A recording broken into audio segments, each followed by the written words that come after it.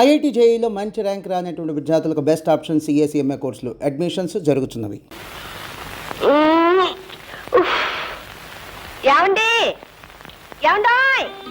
ఏమిటోయ్ నీ పిలుపు వినిపిస్తే బెడ్రూమ్ నుంచి ఎవరైనా హాస్పిటల్ వచ్చా వంటగది నుంచా?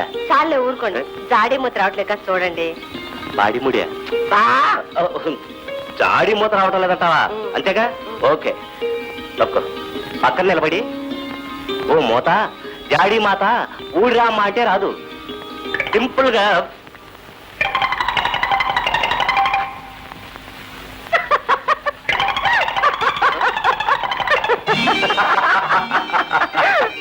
ఏం బావగారు, ఏమిటి జాడీతో కుస్తీ పడుతున్నారు? ఇలాంటి పనులు మాలాంటి కుర్రాలు చేయాలి కానీ మీ వల్ల ఏమవుతుందండి? లేవండి లేవండి. ఇదే హ్యాండ్, లెఫ్ట్ హ్యాండ్.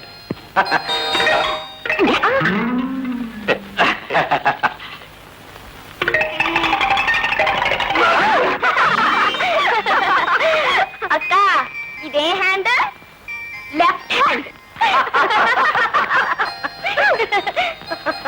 అమ్మా, మూతలు తీయడం అంటే కోట్లో కూతలు కూయడం కాదని చెప్పమ్మా మీ తమ్ముడికి. అక్క, మూతలు తీయటం అంటే మూతలు తిప్పడం కాదని నీ కూతురికి చెప్పు. చాలే ఊరుకుంటారా, ప్రతిదానికి పోట్లేటేనా? ఇంతకీ జాడి మాట ఏమిటంటారు? ఈ జాడీ మూత రావాలంటే మా అమ్మ వచ్చి తీయాల్సింది. ఆ పట్టు పొడుపు మా అమ్మకు తప్ప మరెవ్వరికీ తెలియదు. అమ్మా అమ్మా, మీరంతా ఇక్కడ చేరారేమిటి? ఏం లేదత్తయ్య, జాడీ మూత తీయలేక మీ అబ్బాయి అవస్థ పడుతూ ఉంటేను. ఆగక్కడ, ఆగిపో అంతే. మూత తీయలేక వాడు అవస్థ పడుతుంటే మీ అక్క తమ్ముడికి చెమటలు పోసాయేమిటి? పచ్చడి తినటానికి తప్ప మూటలు తీయడానికి పనికిరా. తప్పండి తప్పండి.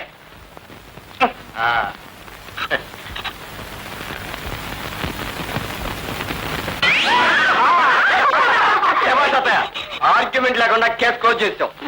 బాగారు, అందుకే అన్నారు ఓల్డ్ ఈజ్ గోల్డ్ అని.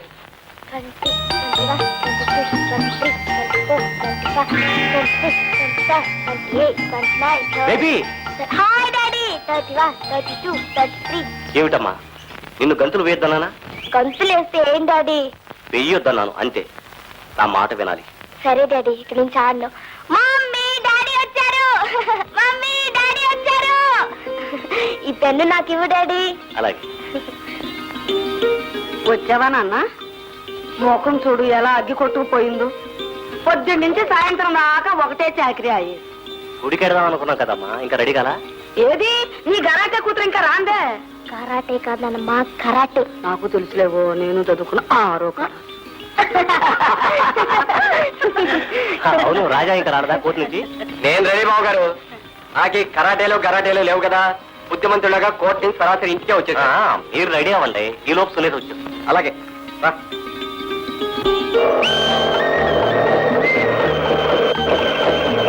సునీత, సునీత, నేను ఆ పార్కులో కూర్చుంటే వాడెవడో లడ్డు అని పిలిచి నా చీర లాగాడే. లాగాడా? అందుకే నేను చీరలు కట్టుకుంది. పదా, ఆ గురువు గారు ఎక్కడున్నాడో చూపించు. అదిగో ఆ బొమ్మ దగ్గర నుంచున్నాడు. పదా.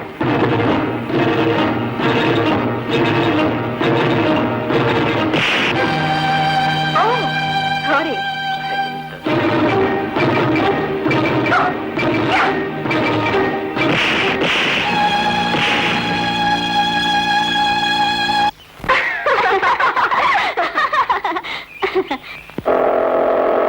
రాజా,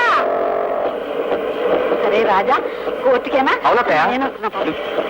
అక్కడికి నేను ఎప్పుడు చూడలేదురా, ఒకసారి చూద్దామని. మీరంతా బలలు గుద్దుకుని వాదించుకుంటారంటగా. పద పద, టైం. నువ్వు కోర్టులో జడ్జి గారిని బొందాన్ని తలకాయని తిట్టి పడేస్తావు. నోరు ఎప్పండి అసలు. నాకు తెలుసులే, నేను చదువుకున్న 6వ క్లాసు వరకు. పని చేస్తాను అత్తయ్య. ఇవాళ కోర్టు నుంచి రాగానే కోర్టులో ఏ కేసు జరిగిందో అది మన ఇంట్లో వాదించి నటించి మీకు చూపించి ఆనందపడతాను, సరేనా? నిజమేనా? ఇదిగో, కోర్టు నుంచి రాగానే జరిగింది జరిగినట్టు చెప్పకపోయావా? అత్తయ్య అత్తయ్య.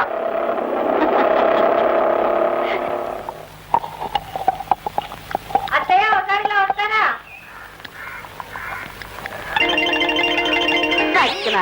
పచ్చిపిండి తినిచేస్తే కడుపులో నొప్పి వస్తుందిరా.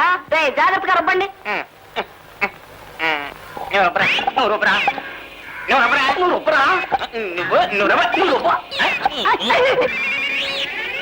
అత్తయ్య అత్తయ్య, ఇవాళ కోర్టులో గమ్మత్తైన కేసు ఒకటి జరిగింది. ఒక అత్తగారికి కోడలికి మధ్య గొడవ జరిగితే తల్లి మాట విని పెళ్ళానికి విడాకులు ఇవ్వడానికే సిద్ధమైపోయాడు. తల్లినే సమర్థించాడన్నమాట. ఆ. శభాష్. కొడుకు అంటే అలా ఉండాలి. తల్లికి పెళ్ళానికి పడకపోతే పెళ్ళానికి విడాకులు ఇమ్మంటారా? ఇదెక్క న్యాయం అత్తయ్య. అదే న్యాయం అమ్మాయి. తల్లి అంటే ఎవరనుకున్నావు? దేవత. కాదండి అత్తయ్య, తల్లి దేవతే, పెళ్ళాన్ని దెయ్యం కాదు కదా. అది కాదమ్మా. ఆగండి ఆగండి ఆగండి ఆగండి. సరిగ్గా కోర్టులో కూడా ఇదే విధంగా వాదించుకుంటారు. ఇంకా వివరంగా చెప్పాలంటే సైలెన్స్ సైలెన్స్. ఒక మనిషి జీవితంలో తల్లి గొప్ప, భార్య గొప్ప. ఈ విషయంపై వాద ప్రతివాదనలు జరిపేందుకు కోర్టు అనుమతించడమైనది. మైలార్డు, తల్లి తన బిడ్డని 9 మాసాలు మోసి కంటుంది. 25 ఏళ్లు పెంచి పెద్ద చేసి ఒక మనిషిని మనిషిగా తీర్చిదిద్దేదే తల్లి. ఏ తల్లో తీర్చిదిద్దిన మనిషితో జీవితాంతం కలిసి గడపటం, కష్ట నష్టాలు పంచుకోవడం భార్య గొప్ప. ఒక మనిషిని 25 ఏళ్లు పెంచి ఒక అమ్మ చేతిలో పెట్టిన తర్వాత ఆ మనిషిని జాగ్రత్తగా చూసుకోవడం భార్య బాధ్యత. ఆ బాధ్యతలో చేసిన పని గురించి గొప్పలు చెప్పుకోవడంలో అర్థం లేదు. మీరంటున్నది నిజమే. భర్తను గొప్పగా చూశానని భార్య చెప్పుకోవడంలో అర్థం లేదు. అలాగే తల్లి తన బిడ్డను పెంచి పెద్ద చేశానని గొప్పలు చెప్పుకోవడంలో కూడా అర్థం లేదు. 9 మాసాలు మోసి కని పెంచిన తల్లిని కాదంటే పాపం చుట్టుకుంటుంది. కట్టుకున్న భార్యని కాదన్న ఆ పాపం చుట్టుకుంటుందండి. ఒక తల్లి కంటేనే ఓ భార్యకి మొగుడు పుట్టేది. ఆ ఆడది నిజానికి ముందు భార్య అయ్యేనండి, మరో ప్రాణికి తల్లి అయ్యేది. తల్లి నూనె లాంటిది, బిడ్డనే ఒత్తికి ప్రాణం పోస్తుంది. భార్య ప్రమిద లాంటిది, ఒత్తి వేడిని నూనె బరువుని నవ్వుతూ భరిస్తుంది. ఆగక్కడ, ఆగపో అంతే. ఇందాక నుంచి చూస్తున్నాను, ఊరికే పెన్నాడిస్తావేంటి? నా మాట రైట్ అని ఒప్పుకోకపోతే ఊరిగట్టి కొడతా. లీడర్లో మురుగులతో కొట్టుకోవడాలు, పెన్నులతో పొడుచుకోవడాలు, గిల్లుకోవడాలు చేయకూడదు. వాదించుకోవాలి అంతే. ఇక నేను వాదించలేనురా. నేనేం చెప్పినా అంత బలంగానూ ఎదురు దెబ్బ తీస్తుంది నీ పెళ్ళం. ఒరే జడ్జిగా నువ్వు చెప్పరా, తల్లి కోరుకునేది ఏంటి? Objection your honour. జడ్జి గారిని ఒరేని పిలిచి అవమానపరుస్తున్నారు ప్లీడర్ గారు. అబ్జెక్షన్ ఆవకాయ బద్ద. వాడు జడ్జి అయినా పోలీస్ అయినా తల్లికి బిడ్డే. అందుకే నేను వాడిని ఒరే అని పిలుస్తాను అంతే. ఒరే, నేను కోరుకునేది ఏమిటో తెలుసా? కొడుకు చేతుల మీదుగా దాటిపోవాలని, కొడుకు ద్వారా పుణ్యగతులు సంపాదించుకోవాలని ఏ తల్లైనా అంతే కోరుకుంటుంది. తల్లే కాదండి, భార్య కోరుకునేది కూడా అదే. తన భర్త చేతుల మీదుగా సుమంగలిగా వెళ్ళిపోవాలని. ఆగండి అక్కడ, ఆగిపోండి అంతే. సరిగ్గా కోర్టులో కూడా ఇలాగే వాద ప్రతివాదనలు జరుగుతాయి. ఏది నిజమో ఏది అబద్ధమో తెలుసుకోలేనంత పకడ్బందీగా లాయర్లు వాదిస్తారు. ఆ వాదనలోంచి లా పాయింట్లు లాగి జడ్జి గారు తీర్పునిస్తారు. ఇప్పుడు మన జడ్జి గారు తల్లి ప్రేమ గొప్పదా, భార్య ప్రేమ గొప్పదా అనే విషయం మీద తీర్పునిస్తారు.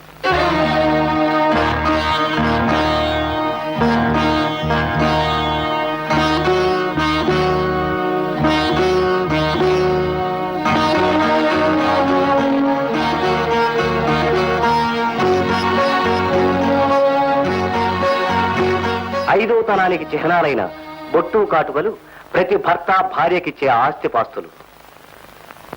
అవి నిలవాలనే కోరికతో, నిలుపుకోవాలనే తపనతో, తనకు కూడా తెలియని కొద్దిపాటి స్వార్థబుద్ధితో భార్య భర్తకి సేవలు చేస్తుందని ఆపాదించవచ్చు. తల్లి ప్రేమపై అటువంటి ఆపాదనలు చేసేందుకు ఎక్కడా ఆస్కారం లేదు. తన కొడుకును భార్య చేతికి ఒప్పగించాక కూడా తన బాధ్యతలు తీరిపోయాయని తల్లి ఊరుకోక కొడుకు శ్రేయస్సు కోసం జీవితమంతా తాపత్రయపడుతుంది.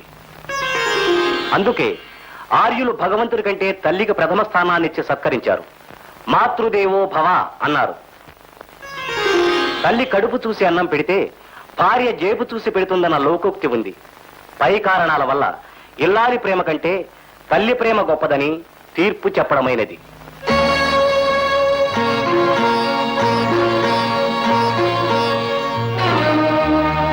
ఏమత్తయ్యా, ఇప్పుడు అర్థమైందా? ఇది కోర్టు అంటే. అది నిజమేరా. 10 ఎకరాల ఆస్తి పోతే పోయింది గాని కోర్టు వ్యవహారాలు తెలిసాయి అన్నాడంట వెనకడికి ఎవడో. అలాగే చిన్న తగాదా జరిగితే జరిగింది గాని కోర్టు గొడవలు కాస్త తెలిసాయిరా. తెలిసిందిలే తెలిసిందిలే. ఏమండోయ్ బావగారు, ఎలా ఉంది మన కోర్టు? నీ లాయర్ బుద్ధి పోనిచ్చావు కాదు. వెళ్ళండి వెళ్ళండి, అక్కయ్య మీకోసం వేడి వేడి టిఫిన్ రెడీ చేసి ఉంచింది, వెళ్ళి ఆరగించండి. వెళ్ళండి వెళ్ళండి.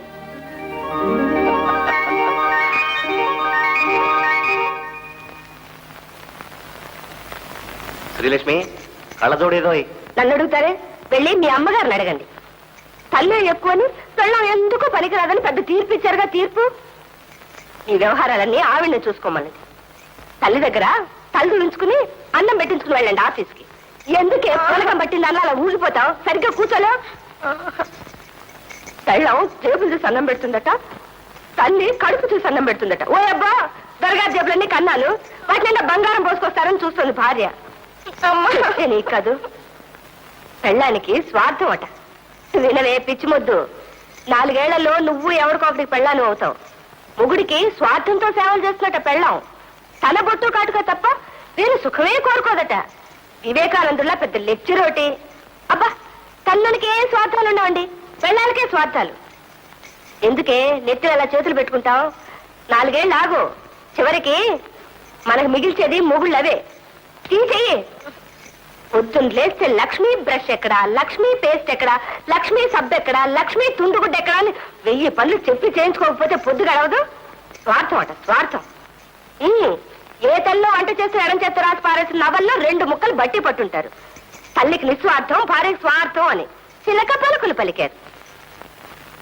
ఏమో శ్రీమతి, అష్టోత్తరంతో ఆపుతావా? సహస్రనామం కూడా చేస్తావా? అదేదో కానిచ్చి హారతిచ్చి. మాట్లాడకండి మీరు, మిమ్మల్ని చూసి ఒళ్ళు మండిపోతుంది నాకు. పొగడ్తలకు తల్లి, పనులు చేయించుకోవడానికి పెళ్ళావునా? ఎందుకా నవ్వు? పిల్లుంది కాబట్టి ఊరుకుంటున్నాను. లేకపోతే ఏం చేస్తావు?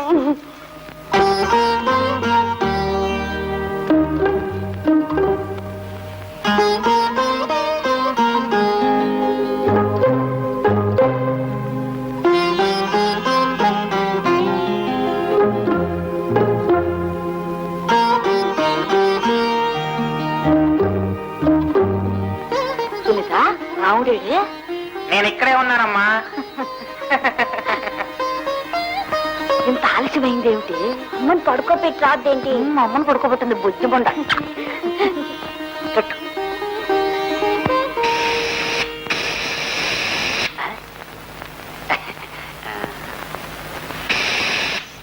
అదేమిట్రా, బోరా ఊతుంటే బొగ్గలు ఉబ్బుతున్నాయి, సరిగా ఊదు. నిన్నటి రోజులు ఆయన భార్య కంటే తల్లే గొప్పదని చెప్పినప్పుడు నేను బాధపడ్డాను. కానీ ఈ రోజు నా పిల్లలకు నేను తల్లినేనని, తల్లిగా మీకందిన గౌరవం నాకు చెందుతుందని ఇప్పుడే తెలుసుకోగలిగాను. అత్తయ్య, మీరు మీ అబ్బాయికే కాదు, ఈ ఇంటంతటికీ తల్లి. అత్తయ్య,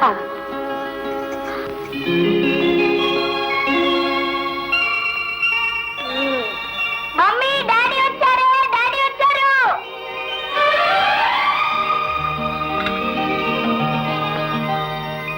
April fool, April fool, April fool, April fool. Mummy April fool, నాన్న ఏప్రిల్ ఫూల్.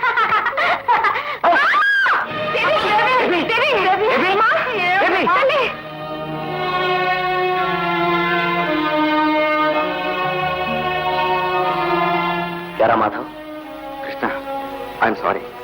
బేబీకి పుట్టుకతో ఏర్పడ్డ గుండెలోని బెజ్జం వయసుతో పాటు పెరుగుతుందిరా. రే, బేబీకి ఏం ప్రమాదం లేదు కదా? నా బేబీకి ఏమైనా జరిగితే? Krishna, what is this? నువ్వే ఇలా బెంబేలు పడిపోతే ఎలా? ఇంకో ఏడాది గడిచాక ఆపరేట్ చేయొచ్చు, అప్పుడు ఎలాంటి ప్రమాదం ఉండదు. కాకపోతే ఈలోగా ఎలాంటి షాకింగ్ న్యూస్ లేకుండా చూడాలి. అఫ్ కోర్స్ నువ్వు నీ బేబీని ప్రాణంలా చూసుకుంటావు అనుకో. నాకేమైంది డాక్టర్ అంకుల్? ఏం లేదమ్మా, భయపడ్డావు కదా, కళ్ళు తిరిగా అంతే. ఇంజక్షన్ చేశాను కదా, now you're all right. Very good.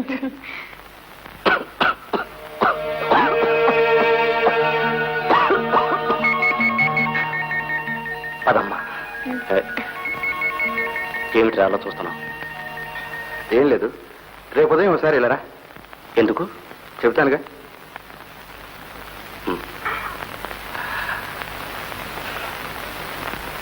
Sunitha, ఎక్కడికే బయలుదేరా? కరాటే క్లాస్ కి నానమ్మా. ఆ కరాటే ఏదో నేను చూస్తానే. అక్కడికి నువ్వెందుకు? అక్కడంతా నాలా పాలిష్ షర్ట్ వేసుకొని ఉంటారు. నువ్వు వాళ్ళతో గొడవ పడ్డావంటే నాకు చిన్నతనంగా ఉంటుంది. నాకు తెలుసులే, 6వ క్లాస్ దాకా నేను చదువుకున్నా, నాకు తెలుసు. ఏం మాట్లాడదు అయితే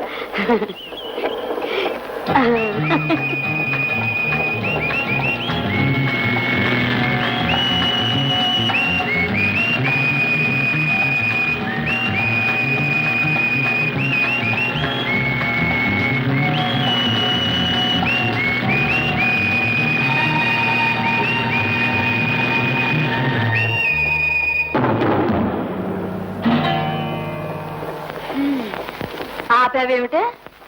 చిన్న ట్రబుల్ వచ్చింది, రిపేర్ చేయాలనమ్మా. బండికా? కాదు, వాడి బాడీకి. నువ్వు ఇక్కడే ఉండు.